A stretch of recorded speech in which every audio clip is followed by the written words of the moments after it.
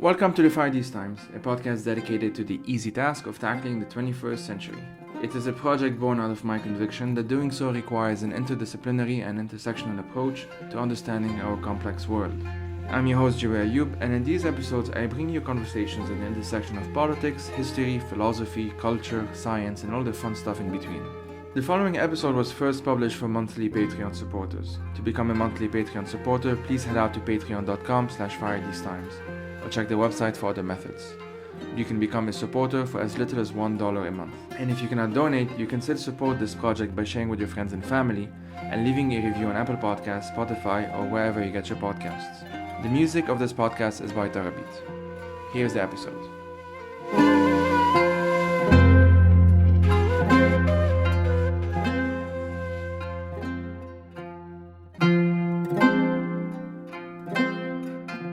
So this is a conversation with Boris Michel and Paul Schweizer. They both helped create the This Is Not an Atlas book for Kollectiv Orangotango. The subject of this conversation surrounded the topic of cartography, specifically the limitations of traditional cartographies and how some people, including Boris and Paul, have been advocating what is known as counter-cartography. We discussed the relationships between maps and power, maps and the state, maps and capital. We even discussed how to become an occasional cartographer for those of you who may be interested. And finally, we discussed how can cartography help us understand our relationship to nature. As with most episodes, this is a conversation that started with one angle and ended up taking in multiple angles. And yeah, that's basically it. As I said, This Is Not an Atlas book is available as a free PDF. So feel free to check it out before, during, or after this conversation. Thanks for listening, folks. My name is Boris Michel. I'm a geographer or a sociologist turned geographer turned critical cartographer. I am based currently in Berlin. I work in Halle, which is about an hour drive from Berlin. And a couple of years ago, I started to become really interested and fascinated by maps and cartography, their history, and the power they have, or the power of visual methods of visualizing to tell stories about our place in the world.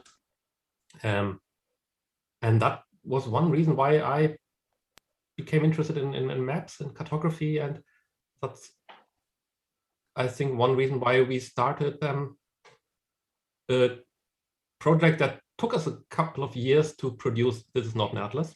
So it was really a slow science project, which was really interesting, nice, and exhausting at the same time. And I would hand over to Paul. Yeah, thank you. Thank you, Joey, for having us. I'm Paul Schweizer. Me too, I'm a geographer by training. I'm also an activist and popular educator, and part of Kollectiv Orangotango. Kollectiv Orangotango is a group of mostly geographers, all activists and educators, artists. Mm-hmm. And we are working besides other methods, like strongly inspired by Paulo Freire's popular education. We're working a lot with maps, and that is, of course, because of our training as geographers, most of us. And a lot of what we learned with social movements in Europe and Latin America, and in the last year, 10, 15 years, we as I said, we did a lot of collective mapping processes with community groups, youngsters at universities, social movements, all around.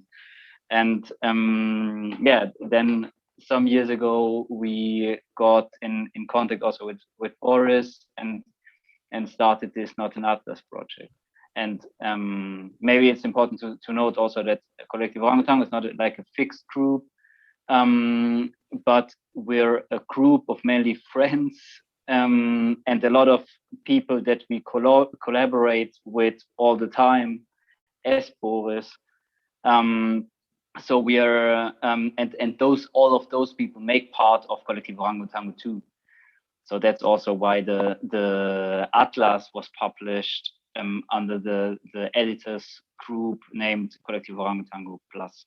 Okay, so just briefly before even getting into the conversation properly, obviously say that the book is available online as a free PDF. I will link this in the blog post and in the description.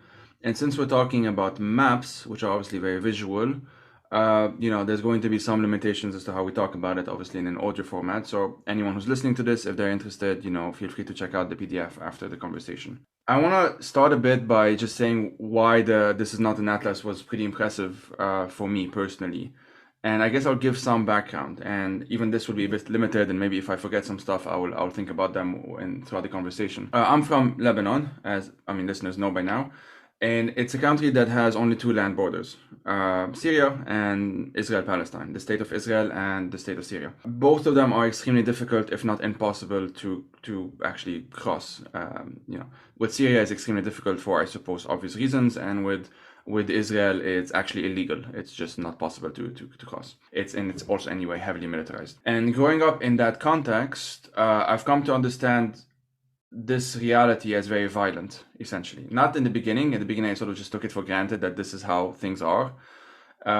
After, let's say, growing up, I would visit Europe a lot because my father is based in Switzerland, and then I would see in the contrast between how many Europeans view borders as essentially very porous things that we can even get rid of from time to time, or not even think about, let's say, compared to the borders that obviously I grew up with. And even this is a bit simplistic, but let's start with that. If one opens a map of the Eastern Mediterranean, usually you would have Lebanon, Israel, often the Palestinian territories, although sometimes even the Palestinian territories are erased, so we can talk about that. You have Turkey, Egypt, I suppose, Greece, Cyprus, and so on. And what this doesn't show is just how difficult it is to actually move from one place to the other across these borders. For all intents and purposes, it's actually pretty impossible unless you're in a very desperate situation, in case of seeing refugees crossing from Syria to Lebanon or to Jordan or to Turkey and so on and so forth. And what it also obfuscates, usually when I just open the map, what it doesn't show is how from one side of the Mediterranean to the other, it's easier to travel than from the other side of the Mediterranean to the first side, if you see what I mean. So if you're a citizen of Greece, of Cyprus, except if you're from northern Cyprus, of course, it's easy for you to go to Israel, for example. Whereas if you're from Lebanon, you can't.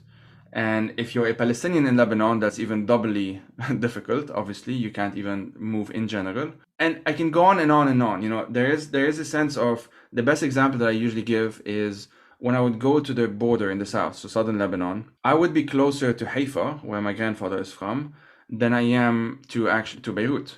And if the border wasn't there, it would be, I don't know, an hour drive, if that, maybe less than that even. And yet when we open a map, we don't see these things. We don't see that the historical links between some people who are now on one side of the border, let's say, with another point that's across the border, if you see what I mean. And I can give on and on more and more examples. I was thinking also of like migrant domestic workers in Lebanon. The map of Lebanon doesn't really matter in the first place. What matters is more like the routes that they can take in the first place because of the kafala system. And maybe I'll expand on this in a bit. But I was wondering if we can just sort of have some reflections on your part, given that you worked on This Is Not an Atlas. How do you think, what are your reflections on how maps usually obfuscate realities, like hide realities, rather than do what they are quote unquote supposed to? Most people, when they think of maps, they think of them, or at least I did, as some kind of representation of reality, right? It's neutral, it's objective, all of these in quotations, of course. Whereas the more we dig deep into things, the more we see that it actually hides, or it creates more questions than it actually answers, if that makes sense. So I just wonder if you can have some reflections from you, and obviously if we can then transition into actually talking to what does it actually mean to critically reflect on that and even challenge that. Well, that's a lot to unpack there. I think we could start from a couple of vantage points. Let me just say two words about what you just said. I think the point of erasing is extremely important. If you draw a line on a paper and claim that this is there on the map, you always erase other possible lines and lies and points. And it also erases stuff that you cannot easily turn into lines and points and areas.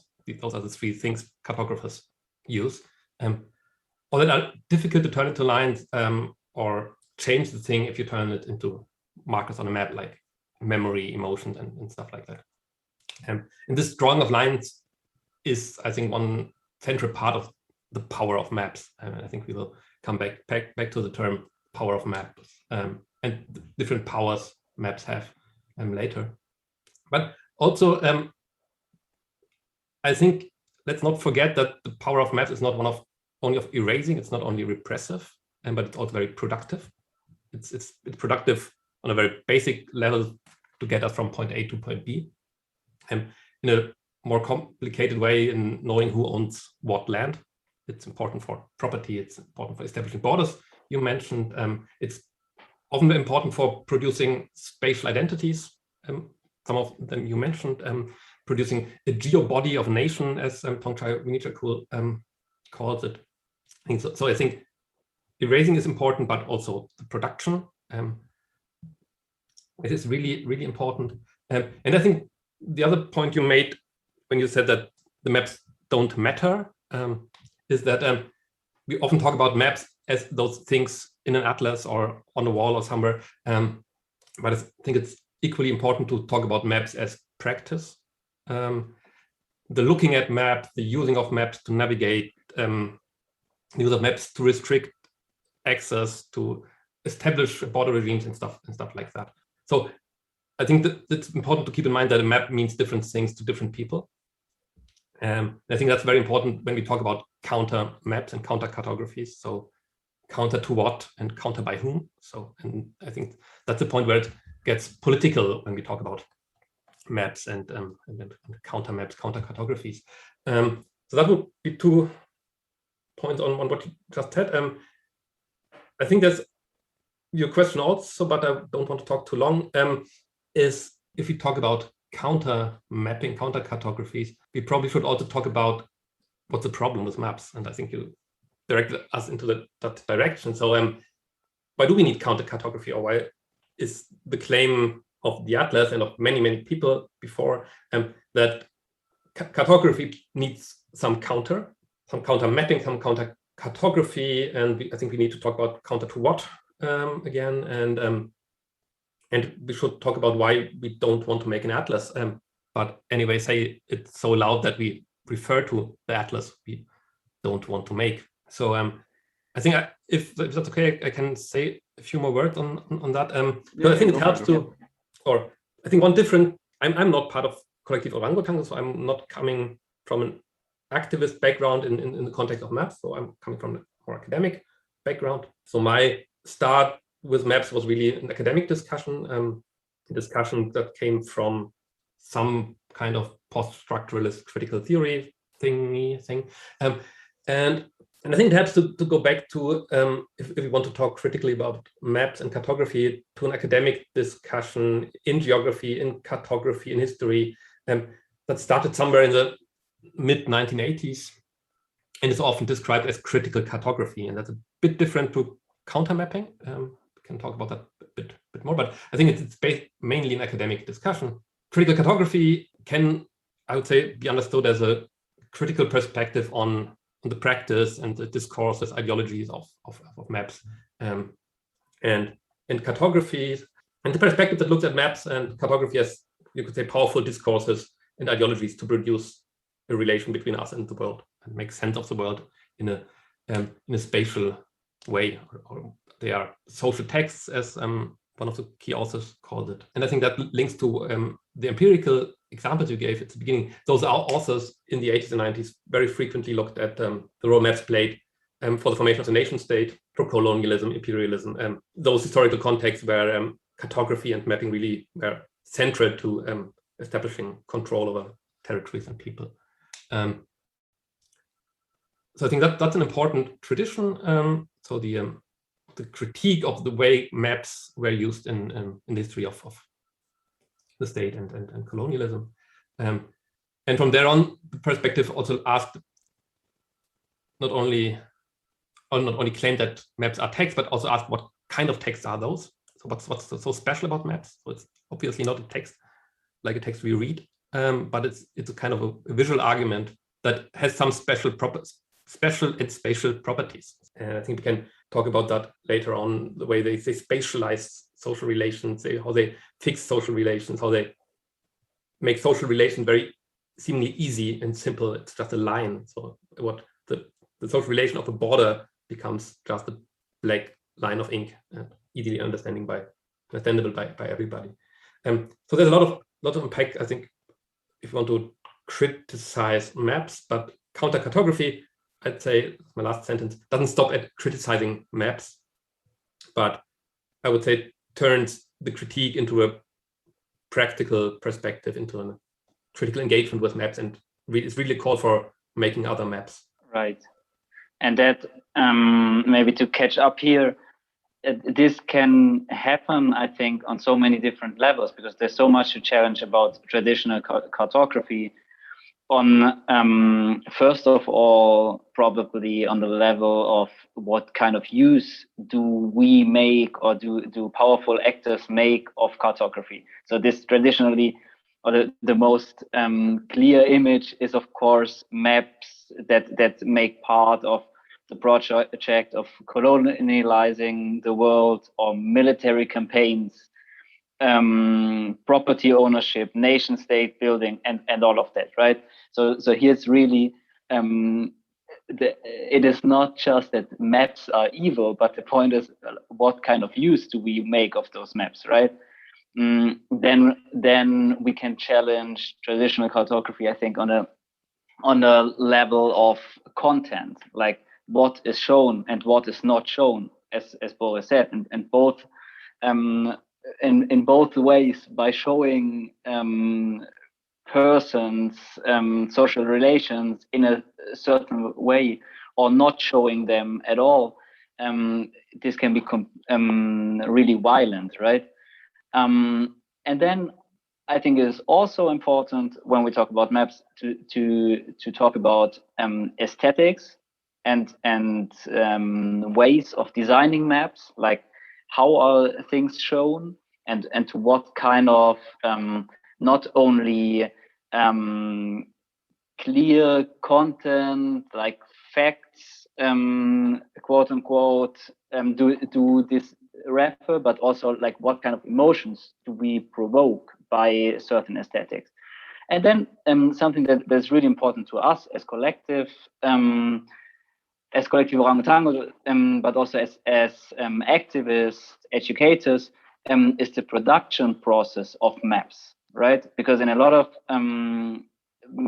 cases, in a lot of processes, mapping processes that we took part of in the last years, it is not really about the map. It is not about the product. It's basically about the process.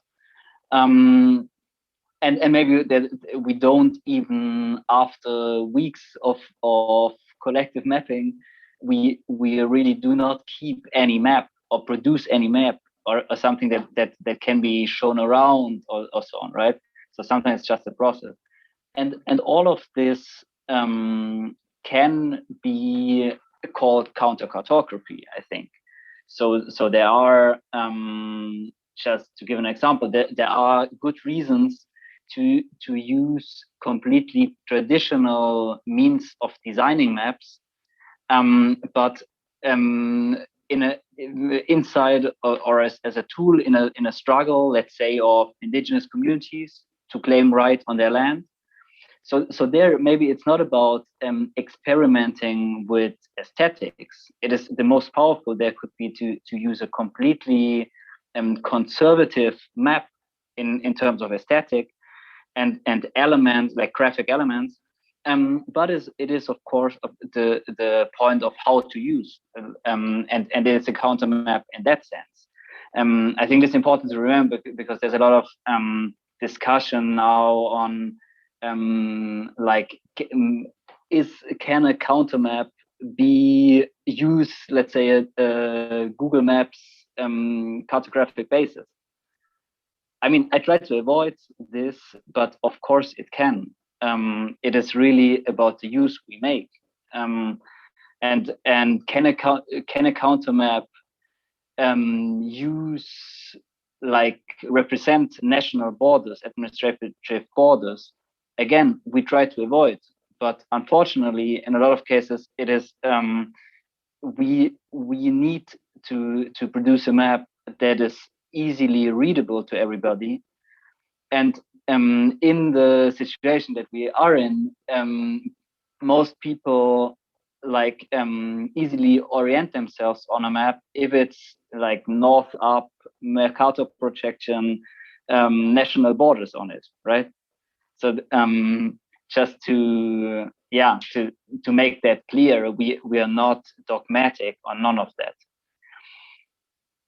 Maybe to give a bit of idea how we in This Is Not an Atlas in the book try to not define counter-cartography, but to give space and give a order to all these different contributions that we have in the book. We basically use put the really different diverse contributions that we received on our call in chapters that go from counter-cartography as critique. So there's a lot of the academic background, counter-cartographer, critical cartographers, of course, that Boris mentioned. Then we have a chapter on counter-cartographies as self-reflection, because that's something that we think is really important, and that there's a lot of great work being done in recent years using maps, not just in representing state actors and capital, like big enterprises and so on, but to use maps to reflect on ourselves in the world, right? The way we relate to each other and to the world. Then related to this, of course, we have a chapter of counter-cartographies to show spatial subjectivity. And this is, of course, extremely important when we talk about marginalized groups, to use maps to create voice and to influence public discourses and to show those spatial subjectivities that are not seen in hegemonic discourses, right? Again, related here is we have a chapter on counter-cartographies to create visibility. Then we have a chapter on counter-cartography as education. So mapping processes basically in education, in popular education, of course, understood as a political activist practice also, right?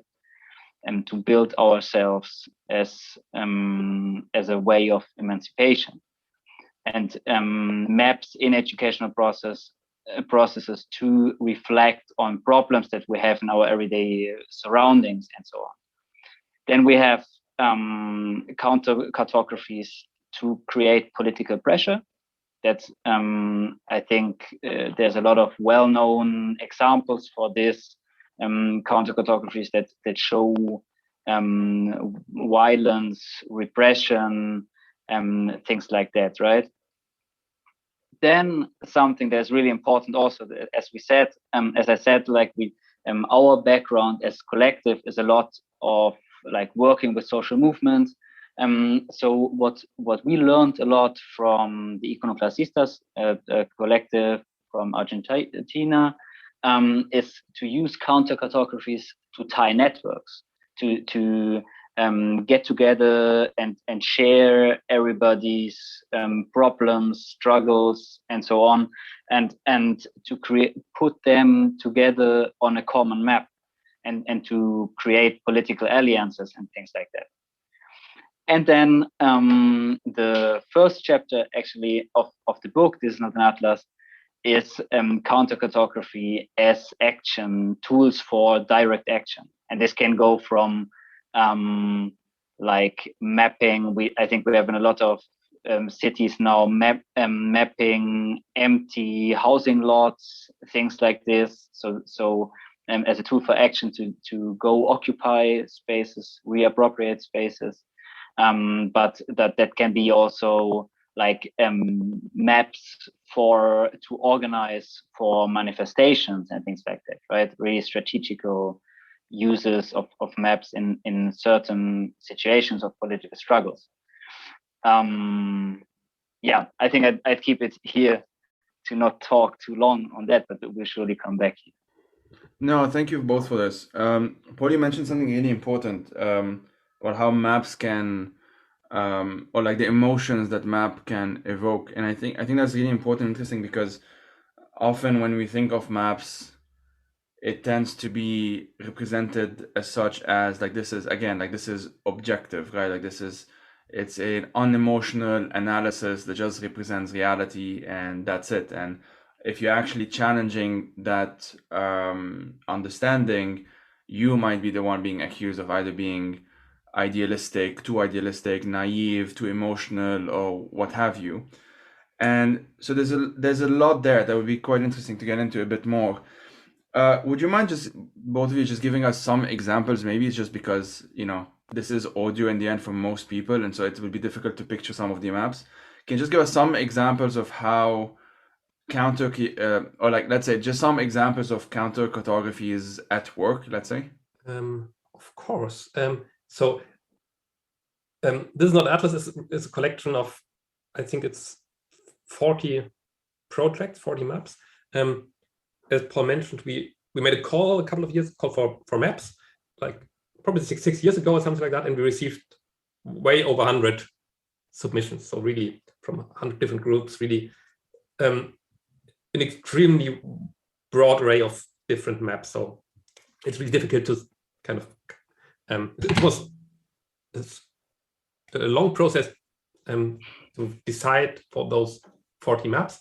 And they are very diverse, so it's difficult to really say this map represents counter mapping, counter-cartography.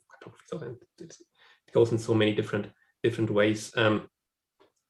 So I don't know, Paul, do you have a favorite from our atlas? Maybe I would even start with as I just mentioned, a map from the section Counter-Cartographies as direct action. There is this map from the Alarm Phone project, which is a project. You can visit it at their website, alarmphone.org, I think. Watch the Mediterranean, which is a map that is basically an online map using web Mercator projection, again, satellite images, like really as a lot of online maps that we have nowadays. And what they do basically is to the alarm phone is a phone, like a phone number that anybody who's trying to cross the Mediterranean and get into distress on the Mediterranean could call, and ideally give them their GPS localization, and they would, the alarm phone team that's like 24/7 available, would use the localization to check who are the responsible border authorities, like what state is responsible for rescuing this distressed boats, right? And by doing so, they just basically save lives, right? And then they put all the cases they received, they put them on the map, on an online map. So you would see where boats got into distress, where they got rescued, where they got pushed back, and where, in the worst case, where we know that people died and how many people died out of it. So I just take this example because it is so banal in a way, and it just saves lives, right? Yeah, it's really touching to realize that. I also have a favorite, but before that, I would we should say that counter mapping is not something that was invented by some white cartographers in Europe, but that and the term was developed in the context of indigenous mapping, and I think that's really important. So I think the one tradition is the academic critique of maps. That's really an important tradition. But at the same time, and starting a little bit earlier probably, but always difficult to find the root of something. In the 60s, 70s, in the indigenous groups, most famously in the northern territories of Canada, started using maps, and maps have historically been the tool of the oppressor. So they were used to govern people, to claim that's now Canada.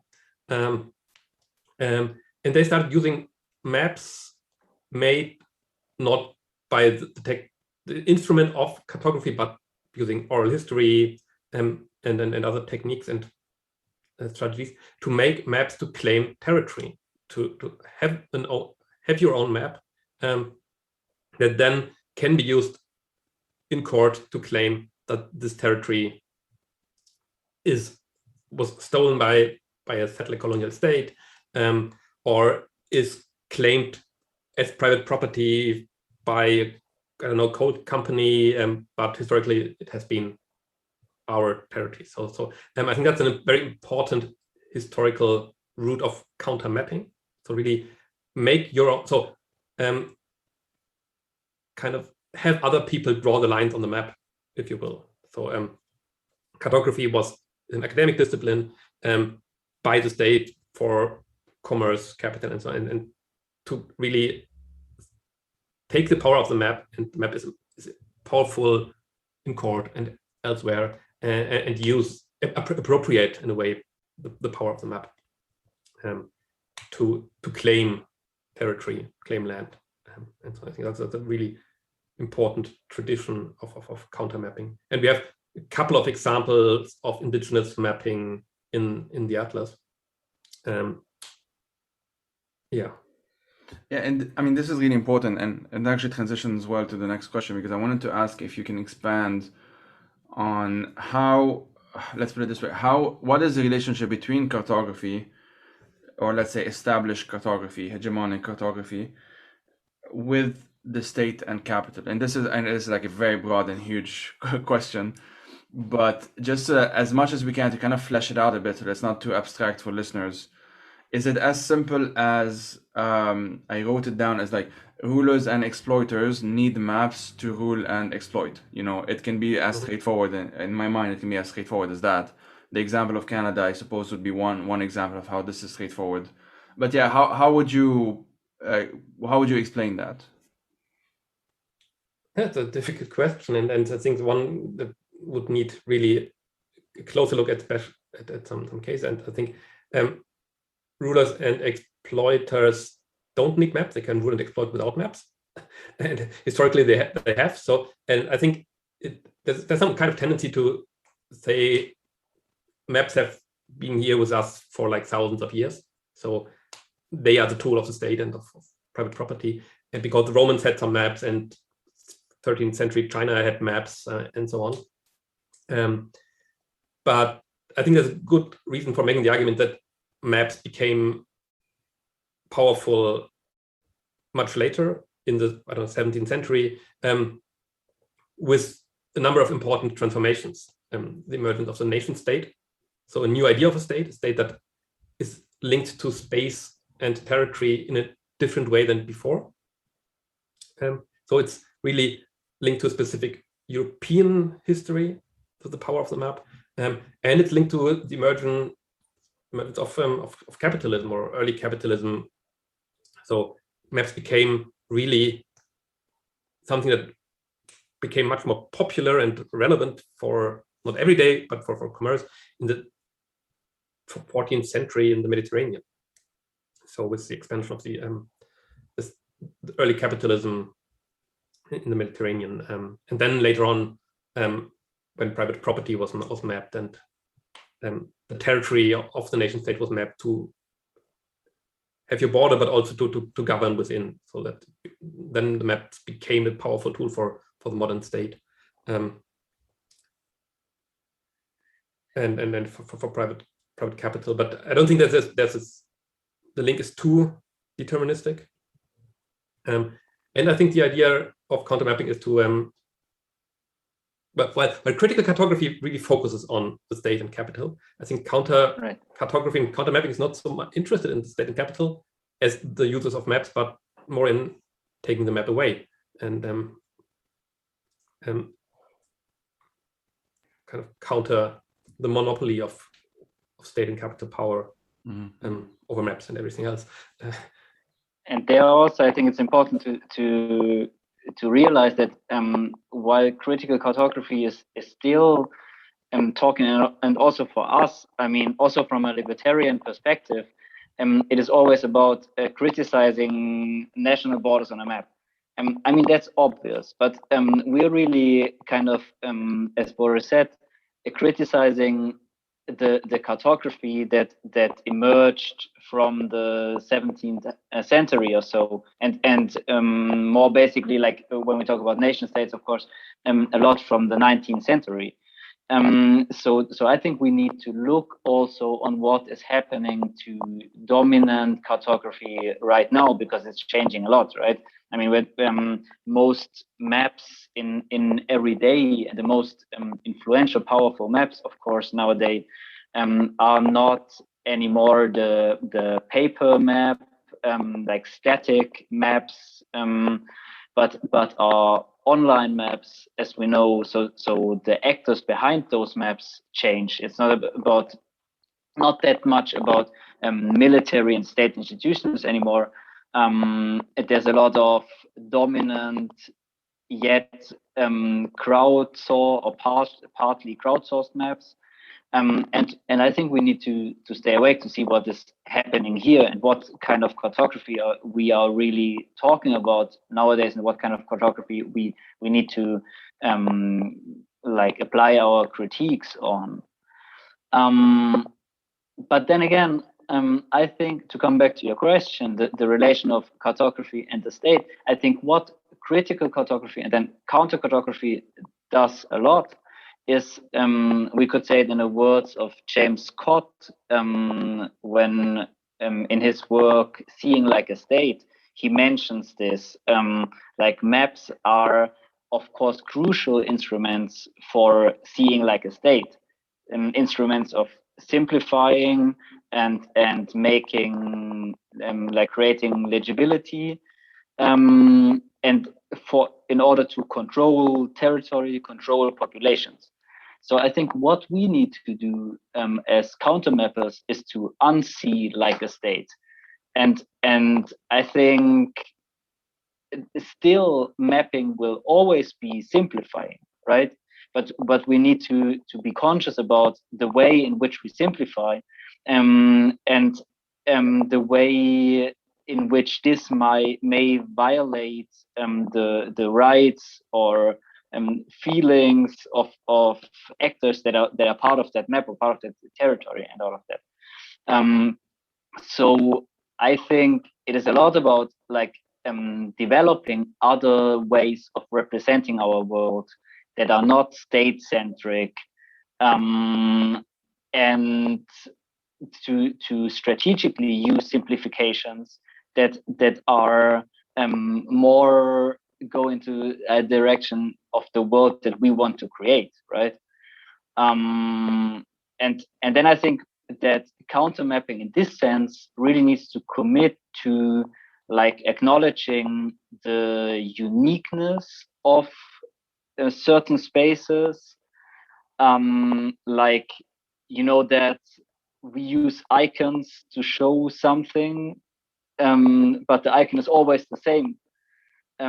So it really maybe violently simplifies and deletes the uniqueness of every one of these cases, right? And then we need to commit, I think, to the ephemeral quality of what we're representing.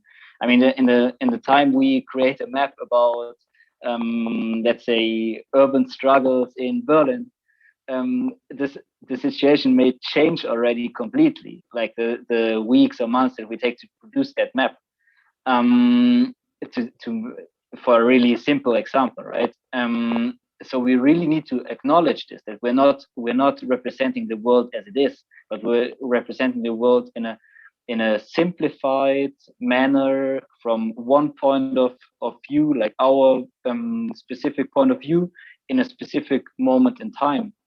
And I think in this sense, we need to mistrust also not just dominant cartography, but also our own maps in a way. And this is kind of what I think we need to commit to as critical and counter mappers. And then maybe the most important point really is to not map from above, not map anybody without their consent, and to preferably map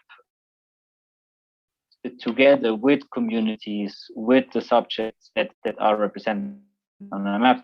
And there again, if maps are a tool of state power, of capital power, then we just need to turn this around and make it a tool for popular struggles and marginalized perspectives and so on. The question of consent is pretty crucial here, I suppose, because a lot of now, at least in my own personal story, let's say, I've been thinking more about the land back movement, indigenous land back movement, and I will do an episode that's dedicated with this, with like activists who are directly involved. So this, our conversation here is more like maybe an introduction to another one later on, because a lot of the I'm not going to speak from authority here, but my understanding is a lot of traditional way of conceiving one's territory or one's home wasn't necessarily as rigid as we might think, as maps, let's say, or lines on the map, let's say.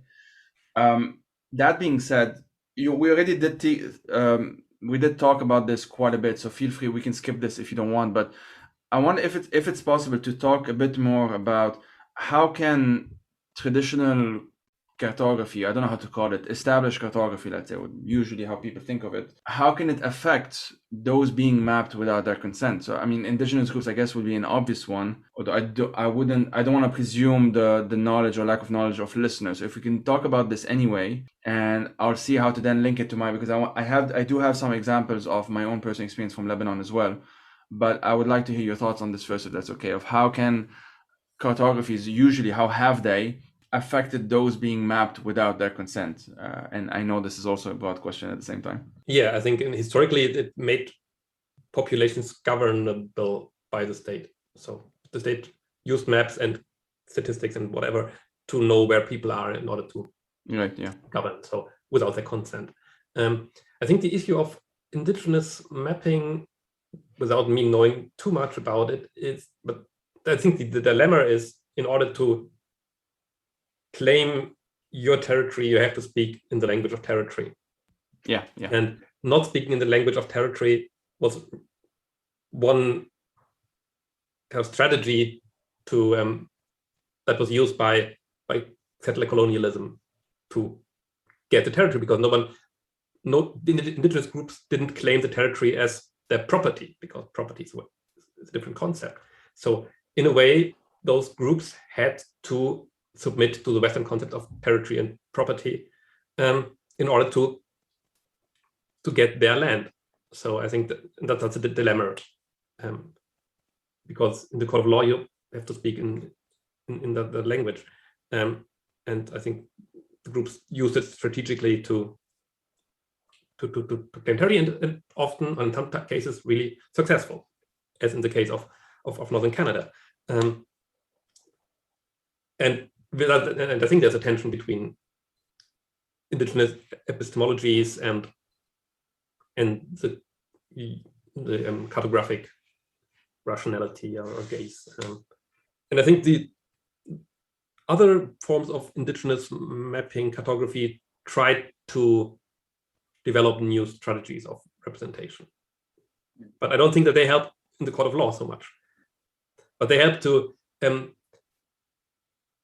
I think that's really important to if we talk about counter-cartography, it challenges the aesthetics, it challenges cartography as simply drawing lines and only having lines, points, and areas, and really thinking beyond the map we know from school. Really thinking about maps as means to represent some relations between people in space. So really as a text, that kind of deals with spatial complexity. And then there are multiple ways, many more ways to do that. But it always depends on what's your aim. If you want to use it to claim something from some powerful entities, you have to often speak in their language. And we have, I think, different examples in the book. And then maybe also to bring it back to your question, like the kind of violence that the traditional cartography does to people. We talk about indigenous territories.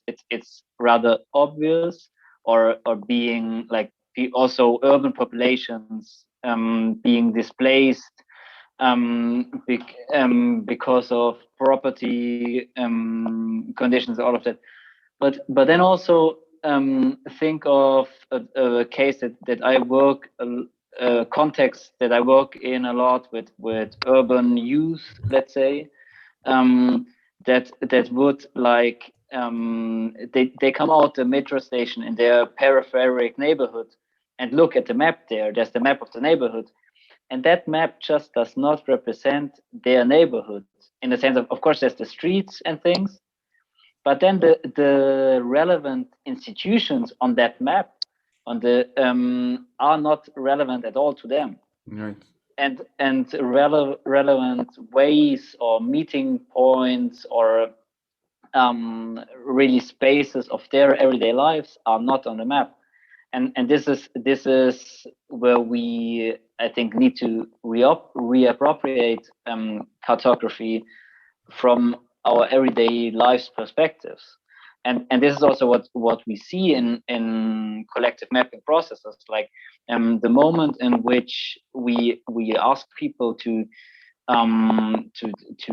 or we ourselves put our claims on the map, it changes. There's a different feeling for it, because as long as it's not on the map, it's like, yeah, I would like to have a playground or a soccer field in my neighborhood, but who cares? But then you have some youngsters putting this soccer field on the map and present. And I had this situation and several times, and then asking them to present this map with their claims for their neighborhood in a public conversation with local politicians or so on. And they like really the way in which they talk, the body, and the way in which they stand there in this like rather uncomfortable place changes completely. It's on the map. It's real. It's relevant. It's legitimate.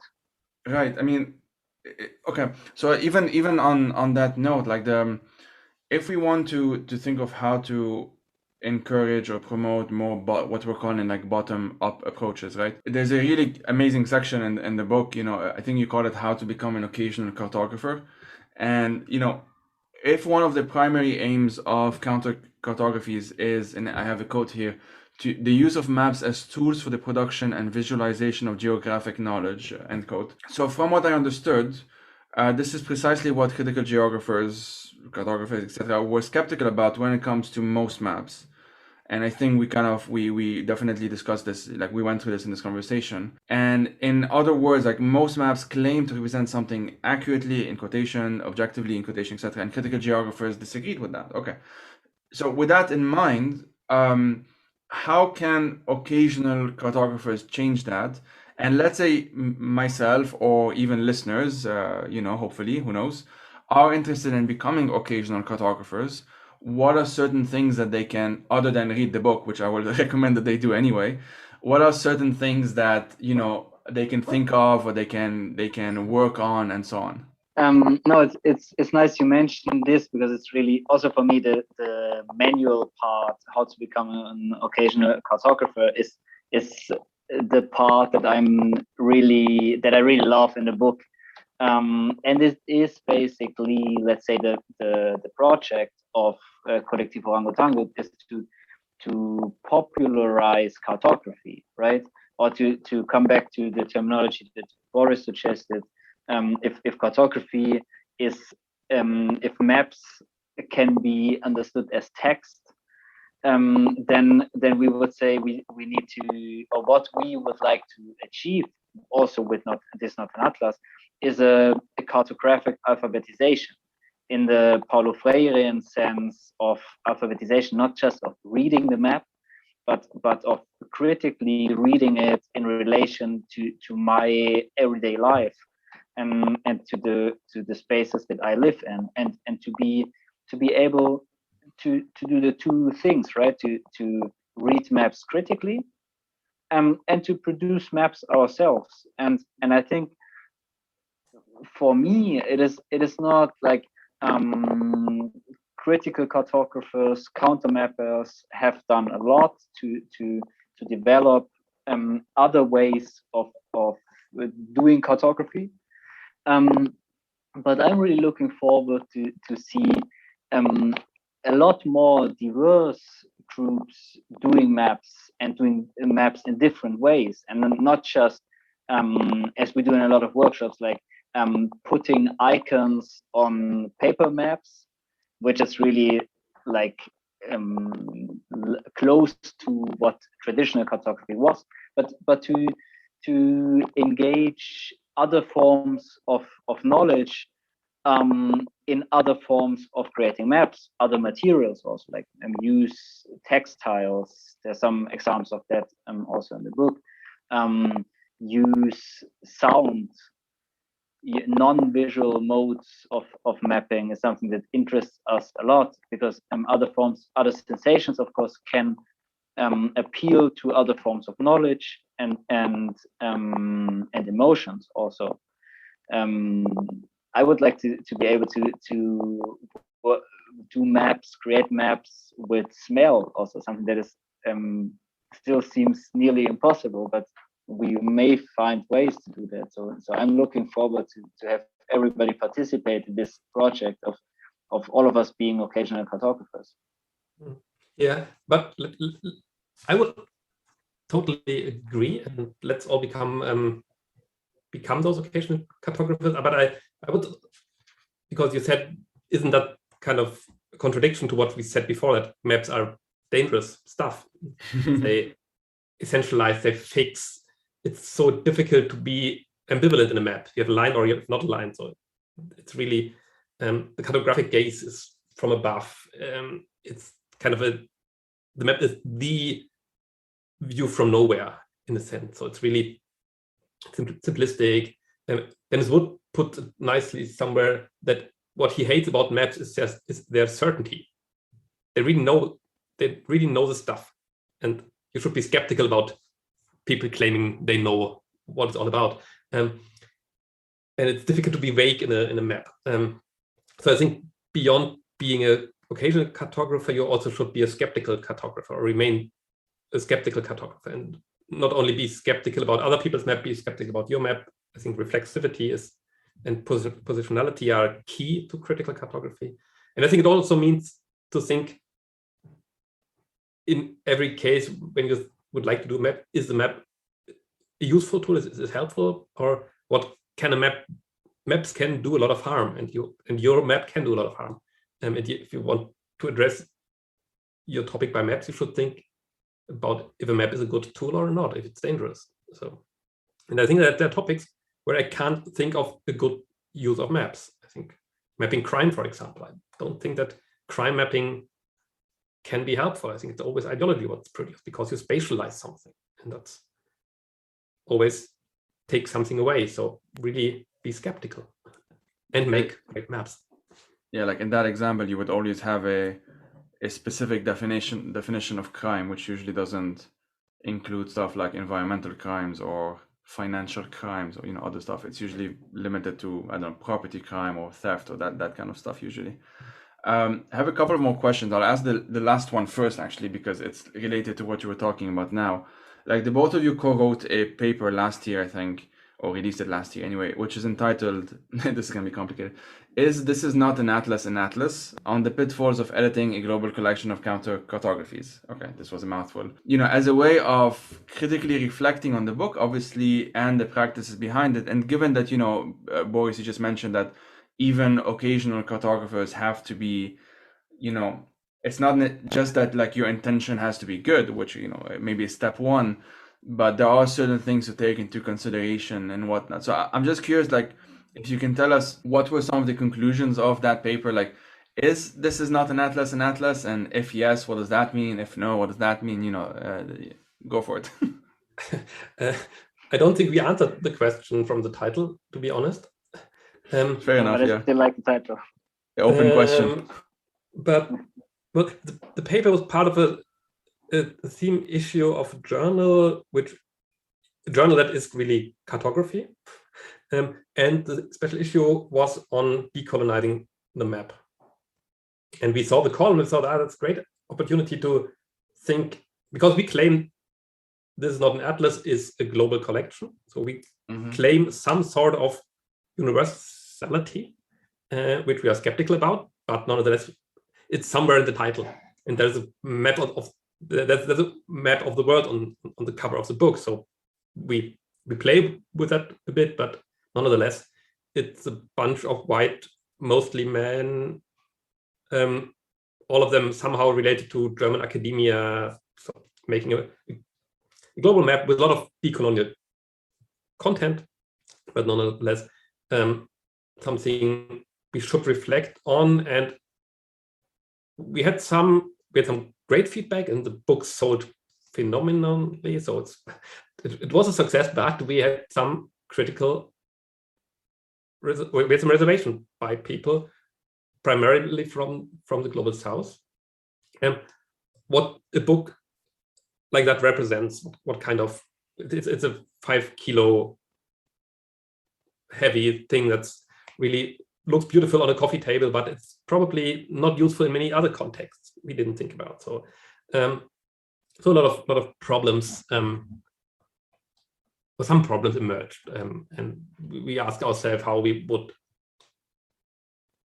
approach the project in a different way if we would have done it again. For example, what we discussed earlier, almost all the maps we have in the book, in a way, have a Cartesian space. There are some grids, some lines, and so we don't have any non-Western concept of space in the book, and we don't know how that would work.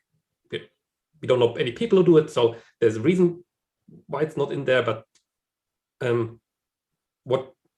how could we engage with other epistemologies and spatial concepts and stuff like that? I think that was one important question. Yeah, and then I think we also addressed something that really came up after after publishing the book is the materiality of this book, like the heavy book, where it looks beautiful on a coffee table, it looks beautiful in a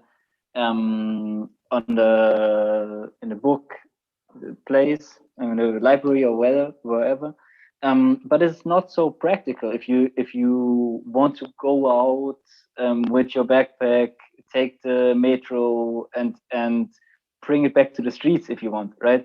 So really this is something we reflected on, like what kind of publishing makes sense. Of course, we're happy to have it, the open access PDF and the homepage, the platform where you could access all of this without buying the book and without carrying the book around, but still, and then it's all in English, right? This is something that we're not so happy about because it excludes a lot of people, of course. And then I think what remains of This Is Not an Atlas is really, it's not that much a book. Like for us now, it's not basically a book the book is just one artifact that we produced on that way, but it's a global dialogue in a way. For us it is, because it's not that we as editors are this let's say genius creators of a beautiful book. It's not about that. We're really humble learners in this process of dialogue with counter mappers and critical cartographers from a lot of diverse different places, and we are so thankful to be part of that. And what we want Not an Atlas to be is a platform, a medium where this dialogue can continue. So we're still asking everybody who's producing critical maps, who's counter mappers, to get in contact with us, to publish their works on notanatlas.org, to share experience, to meet up hopefully in one day again, and to go on in this dialogue basically. Yeah, I mean, I think that's fair enough. Acknowledging your own limitations, they're going to happen in any kind of project, I think. But yeah, this is definitely important. So, okay, I had one last question, if that's okay, before we get into the book section, which is, I try as much as I can to always have a climate change component to any conversation that are not, I mean, some of the episodes are on climate change directly, obviously, but some of the others aren't. So the wildfires that we've been witnessing, around the Mediterranean couldn't care less about national borders. And yet our responses to wildfires, and I'm saying our in quotation, usually governments' responses to wildfires usually heavily do rely on these conceptualizations. If not for economic reasons, then it's for political reasons and so on and so forth. If a wildfire is happening, if it's the same wildfire essentially that's happening across the Eastern Mediterranean, the way it would be responded to if it's hitting, let's say, Lebanon would be different than if it was hitting Greece or Turkey and so on, which is exactly obviously what happened. There are lots of details we can get into. There's the issues of corruption, issues of government. It's not as important here. But regardless of all of that, if we are to be tackling something as all-encompassing as climate change, I would hope anyway, that there will be some component that critical cartographers, as we've been calling them, like that there's some role to play, that they have some role to play. So just also kind of a general reflection on your part, sort of kind of to wrap up before getting to the book section, if you can reflect on how counter-cartographies, in your view, can deal, in quotation, or can think about climate change, and how can be used to mitigate some of the effects of climate change, or to at least critically think about climate change in ways that established cartographies, let's say, usually don't do as well, maybe. I kind of, just for provocation, would say that classical cartography is not so bad at that. Could be better, but cartographers love to put nature on the map in different ways. And I don't know about you, but I read a lot of National Geographic when I was younger, or Geo in German, and those are extremely cartographic mediums that use maps to tell us stories about nature. Different kind of natures. The tornado is threatening us, or we are threatening nature, or nature's just beautiful, or there's so many nice birds around and can map them and so. But there's so many ways maps can tell us stories about nature. And there's a really beautiful book by Dennis Wood and John Fels, Natures of Maps, where they have I think it's 10 different natures of maps. So the way maps talk about nature and produce nature. And I think that's, from a critical perspective, there is room for more critical engagement with nature. I think most of the maps portray nature as a thing out there we can collect, or and I think from a critical perspective, we would be more interested in human-nature relations as complex social relations. But I think there is a lot of important work already done in the more traditional cartography. And the point with maps are good for nations, but not for kind of the planetary scale. I totally agree on one point, but on the other hand, I think one could make the argument that it was really cartography that made it possible to think about the planet. Perhaps a bit an overstatement, but I think there's one story often told that in the 60s, when the first photo of or picture of the whole Earth emerged, that was the image of the early environmental movement, the whole Earth, and it shows us how fragile it is, how small, and how we are all in the same. So I think, and it's a way of it's not a map, but it's a cartographic representation. And I think that's really, the whole Earth is really a powerful symbol of interconnectedness. And I think that climate change is only representable on a global scale. I think cartography is really powerful in talking about hyper objects like climate change. So yeah, and then they are made for nation states, but they can help us really talk about in a different way about nature, our relation to nature. And I would say that exactly this is something that I'm really keen to engage in, like to develop other representations of the planetary scale, right? Because we still basically use world maps that are New Zealand in the lower right corner and Alaska in the upper left corner, and that's it. And I mean, it's so there's such a lack of fantasy, also I think effect to this planet that we live on it, we are part of. And so I think we have to as cartographers, artists, we need to find new ways to represent the planetary scale. And I just remembered some workshops, some process that I was engaged in recently, together with Cristina Ribas from Porto Alegre. We claimed, that's also a provocation, of course, we claimed hydrocartography, referring to this debate, hydrofeminism debates that claim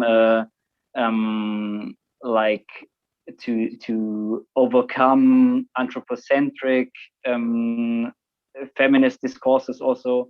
And we try to engage this perspective in cartography, in mapping. And it's something that we really loved to, and which enjoying a lot, to think of, instead of cartography being so much focused on the static, the dry, the land, right? Be focused on the fluid element that connects all of us, that goes through my body, through the ocean, rains down, and all of it.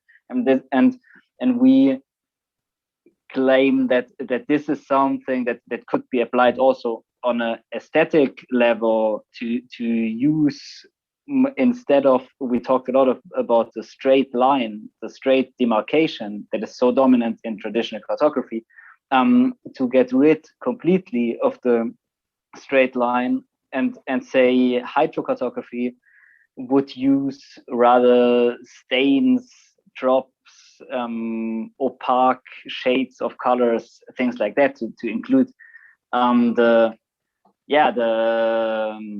complexity of what we represent on our maps. That's a just to share some of recent discussions. No, that's a really good point. And yeah, Boris as well, thanks for, it's not provocative, I think. I wasn't even 100% confident when I was asking the question whether it was accurate or not, but yeah, it is important. And yeah, no, it's a fair point to say that cartography can be pretty good at quote unquote representing nature, of course. And by good, we also say this in a humble way, that there will always be limitations, I suppose. Well, I mean, to enter the book chat, book section, if that's okay, what are 3 books that you two would recommend to listeners? And like just briefly say why, basically, if that's okay. I would start with one book that was so important to us. It's rather a booklet, the Iconoclasistas Manual of Collective Mapping, Mapeo Collectivo, which is available on their website, iconoclasistas.net, I think, in English and Spanish. And it is basically a great introduction, also visually a beautiful introduction into critical mapping, collective mapping, and full of inspiring elements like icons that you could just copy and go on to map in your neighborhood or your village or wherever you live. So that was really important to us, and I still recommend it all the time. And then one really recent book that I'd like to recommend is Counterpoints, Atlas of San Francisco Bay Area, Atlas of Displacement and Resistance. It was just published like a month ago at PM Press, I think.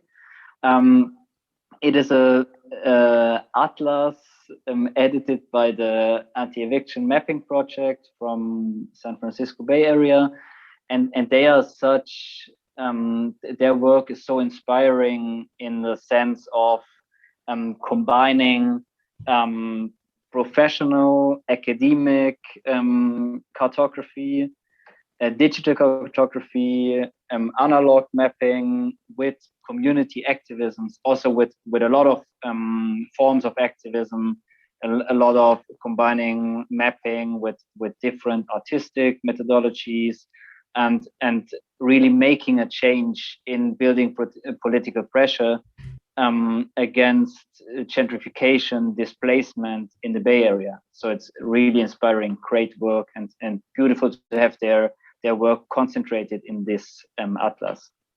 I think one book when I thought about the 3 books, or when you wrote that we should come up with 3 books we should recommend. I think the first book I thought about was it's really a depressing book in a way, which I'm sorry, for Weaponizing Maps by Joe Bryan and Dennis Wood, and it's a history of indigenous mapping, which I mentioned earlier, and I mentioned it as a very optimistic story. And the book looks at the history of indigenous mapping in the, I'm not sure, 80s, 70s and 80s, when it emerged, and when it became in a complex mix of academic and counterintelligence policies, part of US counterinsurgency in Central America.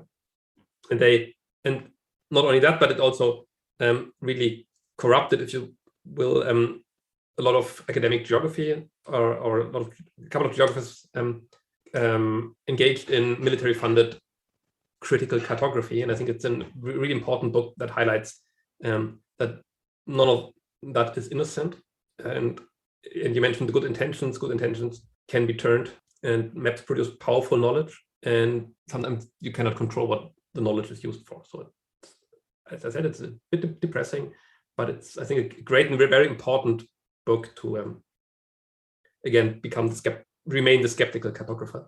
Another book, or a bunch of books, I think are really interesting, even though they are not too cartographic. But I think and Paul mentioned it with Watch the Map before, the work done by forensic architecture and forensics. And I think that's often extremely cartographic, often a little bit too technology driven, or I think their aesthetic is really a hyper technology aesthetics, and I think it's far away from what iconoclasistas would do in the style they make maps. But I think it's a very really important and powerful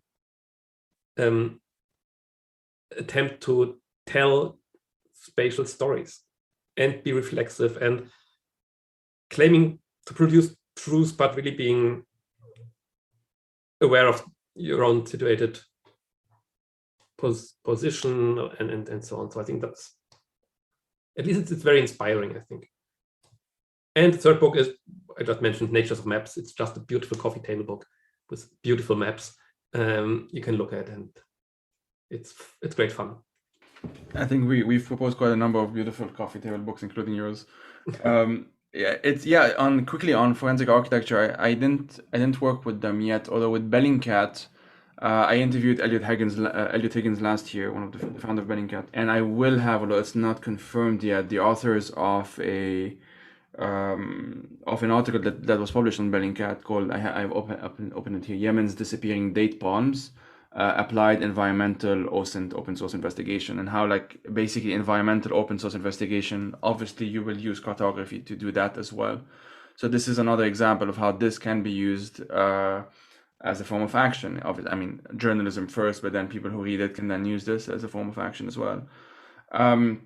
So yeah, I mean, guys, this has been really very productive and informative conversation. I'm sure listeners would agree. I don't know if you have any final thoughts. Go for it, and if not, thank you for being here. Thank you for having us. Yeah, thank you for the podcast and for inviting us. My pleasure. And listeners, obviously everything that we've mentioned, I will include those as links, including the recommended books in the end. I will mention those in both the description and the blog post. All right, Boris and Paul, thank you a lot for chatting with me today. Thank you.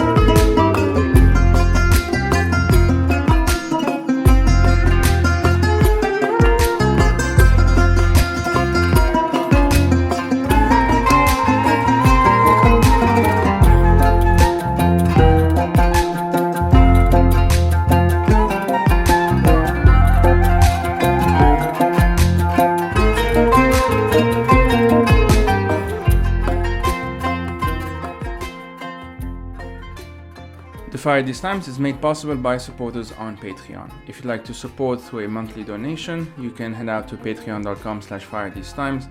If you want to explore other options, you can do so by checking out the website.